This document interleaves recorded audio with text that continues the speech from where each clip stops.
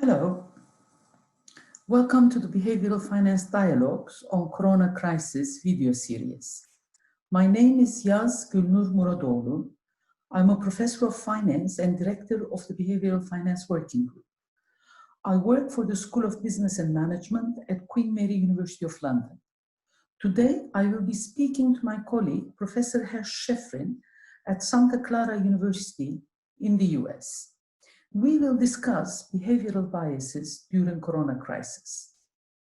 If you enjoyed this video, please share it and subscribe to the Queen Mary University of London YouTube channel. And please come back and listen to the other talks in the series. Okay, thank you for coming. And we're going to talk about biases during the Corona crisis. There are too many, isn't it? I wonder where to start with. It's pretty amazing, I have to say. An opportunity to apply everything we've learned over decades.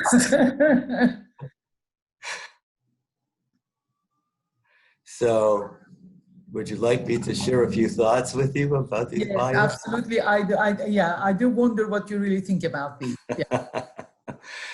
So I think it's very interesting. Tragic interesting. We think about how this situation evolved, first in China. And so it strikes me that there are a usual list of suspects to consider as we go through the narrative. So the suspects are excessive optimism, overconfidence, groupthink, motivated reasoning, status quo bias. Those are some of the things we think about first. Aversion to accepting a sure loss.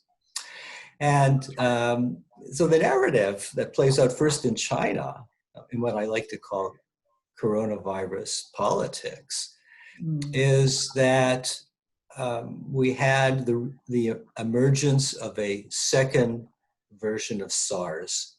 So first we called it the novel coronavirus. That's then right. We called it, then we called it COVID-19. And Right. now the technical name, in speaking to scientists, is SARS-CoV-2. So it's a second version of the virulent strain that emerged, 15 or 16 years ago for the first time in China, and then did spread globally, although was contained quickly with a small number of deaths outside of Asia.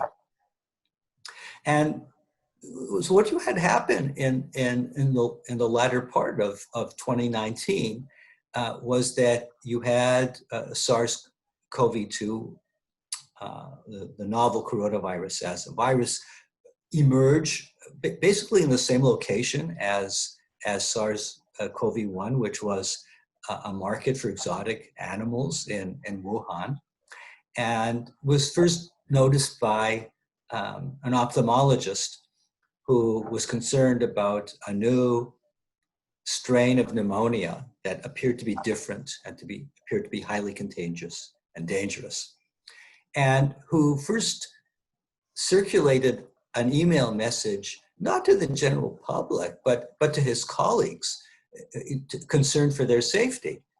And because of communications that are monitored in China, this got picked up by local officials, and it came at the last part of the year, which is important because the last part of the year in China is focused politically on conferences for local Communist Party legislatures. And usually that's their show and tell time, where they want to profile and highlight all the wonderful things that they've done. So they want positive things to talk about, not negative things. And another potential epidemic was a negative thing. And the other thing was Chinese New Year, which is, unlike secular, I would say Western New Year, which is a nice one-day celebration. This goes, in China, people travel to their hometowns to be reunited with their families for a much longer period. It is a very big thing and an important part of the culture.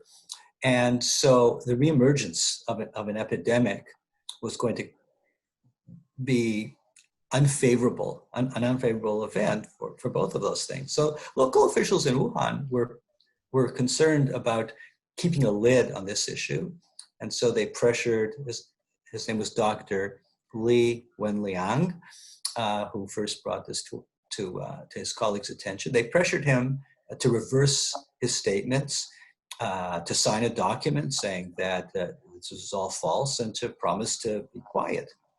And so, if we think about that, that's a clear example of motivated reasoning, where the information comes your way to the local officials. It's not what you want to hear. So confirmation bias is, generally downplaying information that's inconsistent with a hypothesis you're testing. But when you care about the hypothesis, it becomes motivated reasoning. And so that spills over. As well, isn't it? It's what now? The underestimation as well. It is. So exactly what you're one step ahead of me. So one's it's all right. It's good. We're on the same wavelength. Go. Yes, we are. Yeah. So it becomes manifests itself as excessive optimism, attaching a lower probability than is warranted to an unfavorable event. Now, so the thing is that eventually, so we want to understand two things. The first thing is that the key motivation is not to upset party leaders at the top. And we know that groupthink is a dynamic about wanting to please a group leader, and certainly not wanting to present behavior that manifests itself as devil's advocacy, presenting an alternative opinion. And so I think that what you have here is motivated reasoning, groupthink, excessive optimism all together. And the mayor of Wuhan, who eventually collected enough evidence to become aware that there was an epidemic underway, sat on this information for 7 weeks while the virus spread in Wuhan and Hubei province among the Chinese population. So he allowed the virus to seed itself within large masses of people, and to therefore transmit itself, and for the epidemic not to be contained locally. And so if you sit on the information, status quo bias is failing to act when action is warranted. So here we have, a case of status quo bias as well. And if once you know that that there's a serious risk involved, and you won't accept the pain of accepting the sure loss, but instead you take a gamble hoping to beat the odds, then it doesn't just become excessive optimism, it becomes aversion to accepting a sure loss, risk seeking in the domain of losses.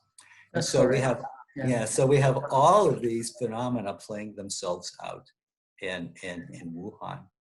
And then we move to the United States. And so on March 2nd, when the number of deaths in Wuhan was high, but the number of deaths in the US was tiny, I sort of thought about the political landscape in the US, especially with the character of the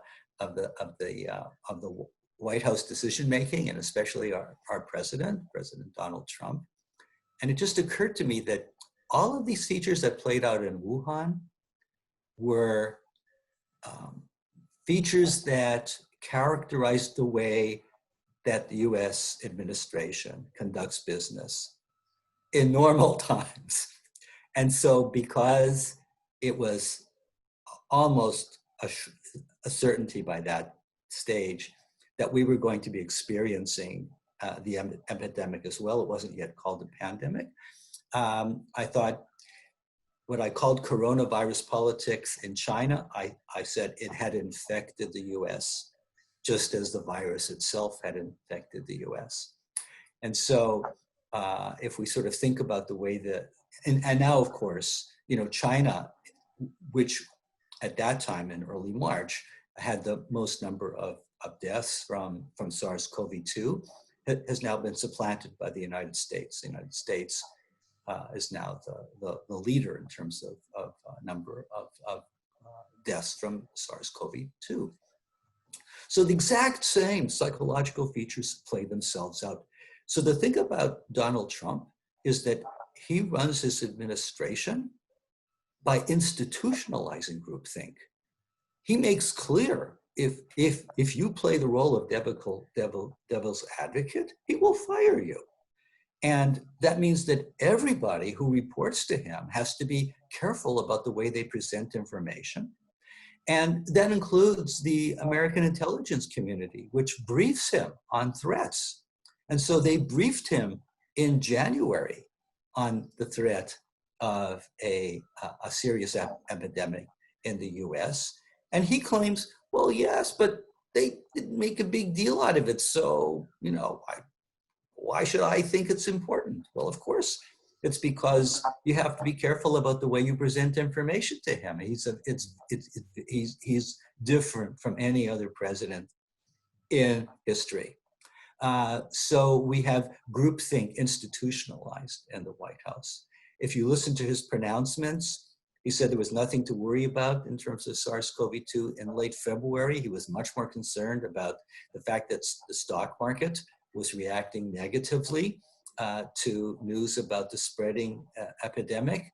And he said the number of deaths were minor and everything was under control. Clear excessive optimism. The information that came in that he downplayed motivated reasoning. He refused to act, and that again is status quo bias. And I don't know about aversion to assure loss. I think he is a risk taker, but when you only want to apply aversion to assure loss when you know that the decision maker actually understands the How risks. about the stock market reactions? Well, I think that the stock market, so that's a very good question. So this, this is the market reaction in February. I had an email from one of my colleagues who uses one of my textbooks to teach. And he asked me, did I think it was an overreaction in mid-February? Because the market seemed not to care. You didn't really see evidence in market prices of a concern about a spreading pandemic up until the third week of February, at least in US equity markets. And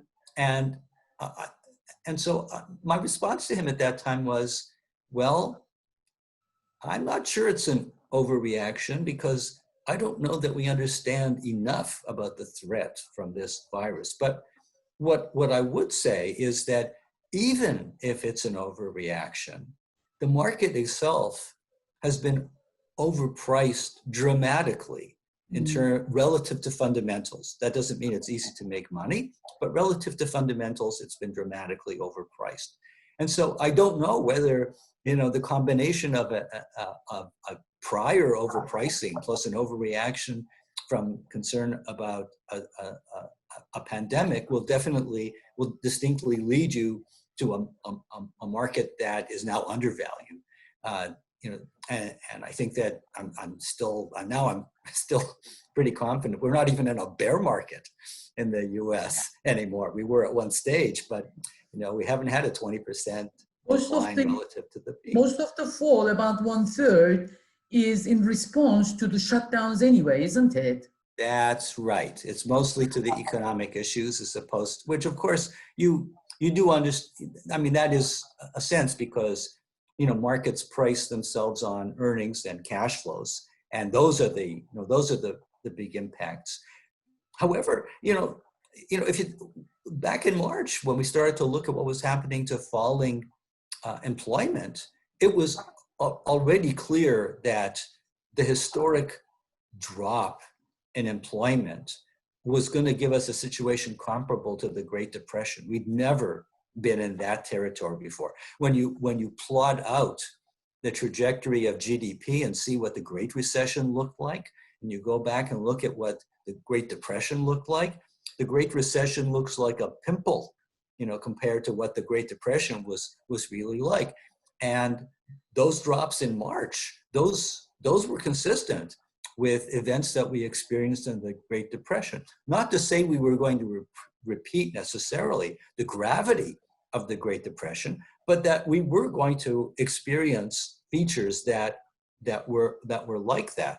And there's another thing. I'm glad you sort of raised that issue, because one of the things that I find so interesting in comparing the Great Depression to what we're experiencing now is that in 1929, when the stock market crashed, which we now think of as sort of the beginning of the Great Depression, the response, especially in the US, in terms of fiscal policy and monetary policy, and a view that markets know how to adapt and respond appropriately.